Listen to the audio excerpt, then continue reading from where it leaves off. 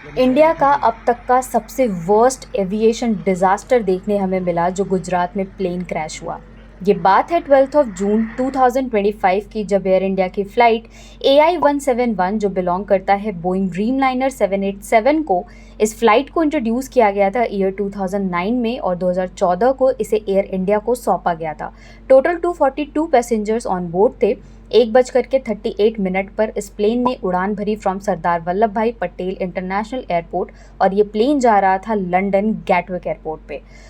Take off करने के just 2 minute के बाद ये प्लेन क्रैश हो गया। इसने ऑल्टीट्यूड गेन कर लिया था 625 फीट का, बट 475 पर मिनट की स्पीड से ये डाउन आया और residential quarter BJ medical college जो कि मेघानी नगर एरिया में लोकेटेड था, उस पे जाकर के क्रैश हो गया।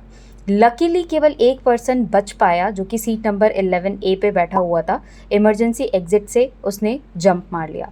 इस फ्लाइट के दो कैप्टन सुमित सबरवाल और कैप्टन क्लाइव कुंदर, दोनों ही एक्सपीरियंस्ड पायलट थे। पायलट ने इवन इशू भी किया था मे डे एयरपोर्ट ट्रैफिक कंट्रोल को, पर इतना कुछ जल्दी इतना फास्ट फॉरवर्ड मोड में सारी चीज़ें हुई कि वो रिस्पॉन्स ही नहीं कर पाया। ब्लैक बॉक्स की अगर हम बात करें तो यही है एकमात्र जो कि इस मिस्ट्री को सॉल्व कर सकता है कि किस तरीके से प्लेन क्रैश किया।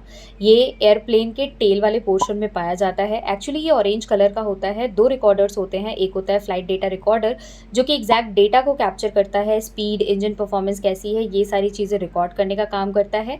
और दूसरा होता है कॉकपिट वॉइस रिकॉर्डर जो कि पायलट आपस में क्या बातें कर रहे हैं, सराउंडिंग कैसा है, वार्निंग सिग्नल क्या दिया जा रहा है बाय एयरक्राफ्ट, ये सारी चीज़ें रिकॉर्ड करने का काम करता है। तो अब ब्लैक बॉक्स को रिकवर कर लिया गया है। कल इसे ओपन किया जाएगा, क्या चीज़ वहाँ से निकल के आ रही है, उसके बाद ही ये मिस्ट्री सॉल्व हो सकती है।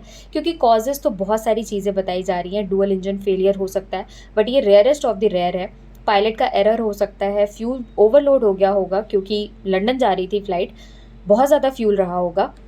इस पूरी मिस्ट्री को सॉल्व करना और आंसर देना पड़ेगा डेफिनेटली फॉर श्योर, क्योंकि 300 से ज़्यादा जानें गई हैं इस पूरे एक्सीडेंट में। साथ ही कल ही एविएशन मिनिस्ट्री के द्वारा इशू किया गया है कि इस पूरे मामले को इन्वेस्टिगेट करेगा एयरक्राफ्ट एक्सीडेंट इन्वेस्टिगेशन ब्यूरो। अब आप मुझे कमेंट सेक्शन में बताइएगा कि हमारे सिविल एविएशन मिनिस्टर कौन है।